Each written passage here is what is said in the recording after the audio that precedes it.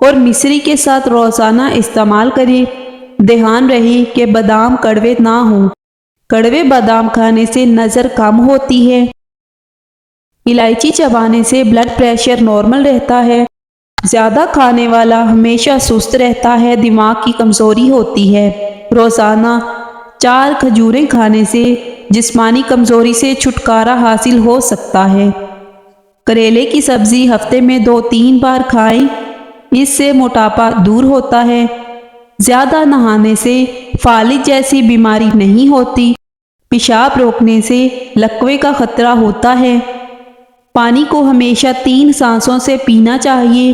کلونجی میں سرکہ ملا کر کھا لیا کرو، جسم پر پھوڑے نکلنا بند ہو جائیں گے۔ جو لوگ تیزی سے روٹی کھاتے ہیں ان میں معدے کی بیماریاں ہوتی ہیں۔ رات کو کھجور سے معدہ خشک نہیں ہوتا اور نہ ہی معدے کا کینسر ہوتا ہے۔ بواسیر کی بیماری ہو، میتھی کی چٹنی بنا کر کھا لو۔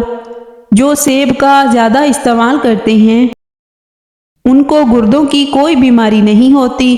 نہار منہ کھجور کے اوپر شہد لگا کر کھانے سے قد بڑھنے لگتا ہے۔ بال وقت سے پہلے سفید ہونے سے بچانے ہیں تو رات کو سونے سے پہلے چند قطرے روغن بادام کے دودھ میں ڈال کر پی لو۔ دودھ میں اسپغول اور انار دانہ ڈال کر پیو، حمل جلدی ٹھہر جائے گا۔ زیادہ دیر بیٹھے رہنے سے لیکوریا ہو جاتا ہے۔ ناک میں سرسوں کا تیل لگانے سے بار بار پیشاب آنے کی شکایت دور ہو جائے گی۔ نظر بجلی جیسی تیز کرنی ہے تو آنکھوں پر سرسوں کے تیل کی مالش کرو۔ جلد زیادہ آئلی رہتی ہو تو کیلے کھایا کرو۔ جسم پر خارش رہتی ہو تو بادام کا تیل لگا کر سو جاؤ، خارش ختم ہونا شروع ہو جائے گی۔ پانی کے ساتھ ہلدی کھا لو، دمہ کی بیماری دور ہو جائے گی۔ زکام دور نہیں ہو رہا تو گنے کے رس میں لیموں کا رس ڈال کر پی لو۔ تیز نمک کھانے والوں کو خارش کا مسئلہ ہو سکتا ہے۔ کھانا کھانے کے فوری بعد آپ کو نیند آنے لگتی ہے تو آپ کو ذہنی سکون کی ضرورت ہے۔ زیادہ بولنے والا کم عقل ہوتا ہے۔ ہلال چڑیا کا سوپ پینے سے گلے کا کینسر نہیں ہوتا۔ طاقت چاہتے ہو تو پکا ہوا امرود کھاؤ۔ ٹھنڈا پانی آپ کے دل کی رگوں کو جوڑ دیتا ہے اور دل کی رگوں کو بند کر دیتا ہے۔ ہارٹ اٹیک کا سبب بنتا ہے۔